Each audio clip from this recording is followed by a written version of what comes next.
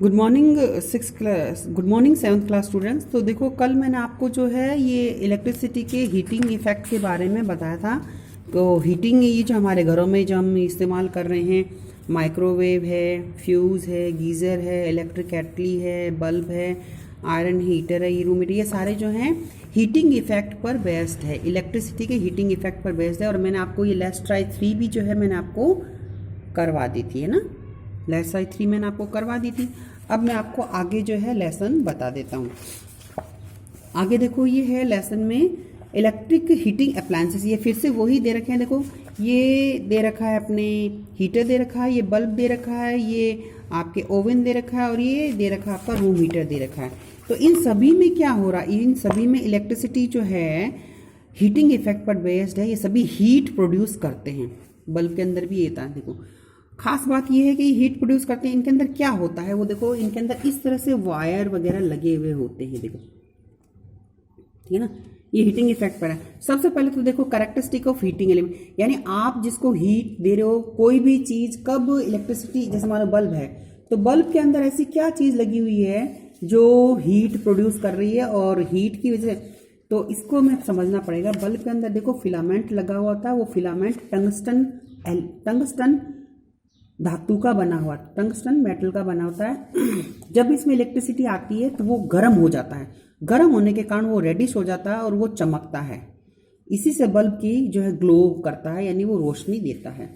तो इसके अंदर वायर होता है, इसके अंदर भी, हीटर के अंदर भी वायर होते हैं। तो ये जो वायर लेते हैं, टंगस्टन का वायर लिया, यहाँ पर नाइक्रोम का वायर लिया, इनकी खास बातें क्या होनी चाहिए, यानी ऐसे जो वायर होंगे, किस तरह के वायर होने चाहिए। वायर इस तरह के होनी चाहिए जिनकी पावर हाई रेजिस्टेंस हो, यानी वो बिजली को होल्ड कर सकते हो। हाई रेजिस्टेंस मीन मोर ऑपोज, यानी हाई रेजिस्टेंस का मतलब है जो इलेक्ट्रिसिटी के फ्लो को रोकेगा। जो इलेक्ट्रिसिटी, जो अपने अंदर इलेक्ट्रिसिटी को फ्लो होने देता है, उसको तो हम कंडक्टर कहते हैं। लेकिन जो इलेक्ट्रिसिटी को फ्लो अपने में से नहीं होता है, रोकता है, उसको कहते हैं हम रेजिस्टर।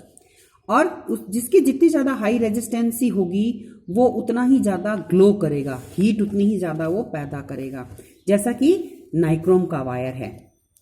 दूसरा आता है हाई मेल्टिंग पॉइंट। पहले जो भी वायर हम इस्तेमाल कर रहे हैं तो वो क्या होना चाहिए, उनका हाई मेल्टिंग पॉइंट होना चाहिए। यानी ऐसा नहीं हो कि हम उसको बिजली दें और वो पिघल जाए। अगर पिघल जाएगा तो हीट कैसे देगा। इसीलिए टंगस्टन, जो बल्ब के अंदर टंगस्टन का वायर होता है, उसकी हाई मेल्टिंग पॉइंट होता है, इसलिए बल्ब काफ़ी समय तक चलते हैं। ठीक है। और नाइक्रोम का वायर, जो हीटर के अंदर वायर लगा होता है, वो नाइक्रोम का था, उसकी भी हाई मेल्टिंग पॉइंट होता है, वो पिघलता नहीं है। ठीक है।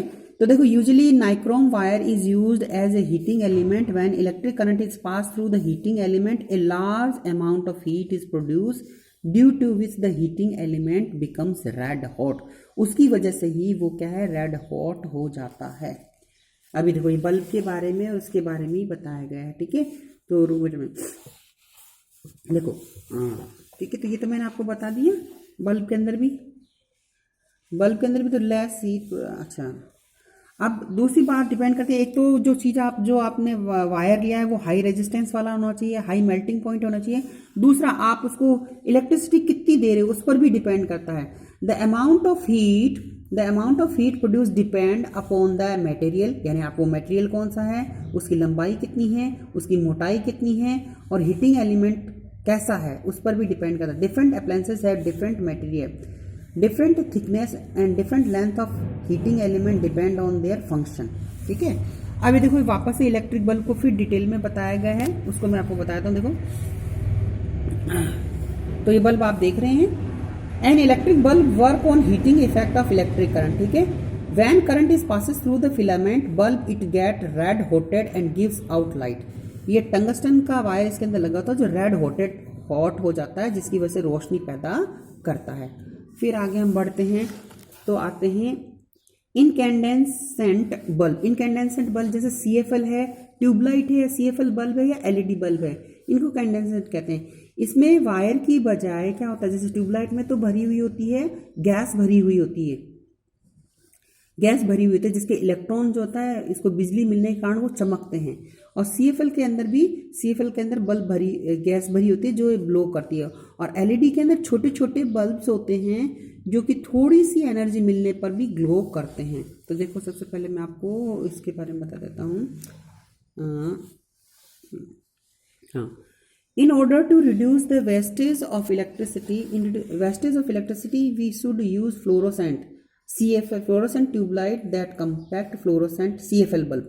However, fluorescent tube light and CFL do not work on heating. ये CFL वगैरह जो होते हैं वो हीटिंग इफेक्ट पर काम नहीं करते हैं। Since they do not have filament, क्योंकि उनके अंदर फिलामेंट नहीं होता है। Electricity supply to them can not convert into, उनको जो बिजली दी जाती है वो हीट में कन्वर्ट नहीं होती है। Therefore these are powerful efficient, इसलिए वो ज़्यादा पावरफुल होते हैं। Light produced is also brighter than the produced by an incandescent, और इनसे निकलने वाली जो लाइट जो होती है, रोशनी, वो बहुत ज़्यादा ब्राइट भी होती है, ट्यूबलाइट की रोशनी से ज़्यादा अच्छी होती है। These days we use light emitting diode in LED bulbs, इन दिनों हम LED बल्ब का यूज़ करते हैं लाइट के लिए। The intensity of light produce is very high for less consumption of electricity, यानी थोड़ी सी बिजली मिलने पर भी ये बहुत ज़्यादा रोशनी देते हैं LED बल्ब। अब देखो इस तरह का सिंबल आपने, ISI का सिंबल क्या होता है, ये गवर्नमेंट का दिया हुआ एक मार्का है, यानी हमें जिस चीज़ के पीछे ये बना हुआ इसका मतलब वो चीज़ अच्छी है। देखो, तो it is advisable use gadget which are powerful efficient consume less electricity. Bureau of Indian standard, इसको कहते हैं bureau of Indian standard, ISI mark कहते हैं। हमें ISI मार्क की वाले ही चीज़ें खरीदनी चाहिए, ठीक है। अब देखो हम बात करते हैं इलेक्ट्रिक फायर के बारे में। इलेक्ट्रिक, कई बार बिजली की मान लो तार कमज़ोर हैं या शॉर्ट सर्किट हो गया है, उसकी वजह से बिजली के जो गैजेट्स हैं उनमें आग लग जाती है, और घर में भी कई बार आग लग जाती है। तो ऐसी चीज़ों से बचने के लिए, आग क्यों लगती है, उससे हम कैसे बच सकते हैं, उसके कौन कौन से कारण हैं, वो मैं आपको कल बताऊंगा कि शॉर्ट सर्किट क्या होता है और ओवरलोडिंग क्या होता है। Okay, bye.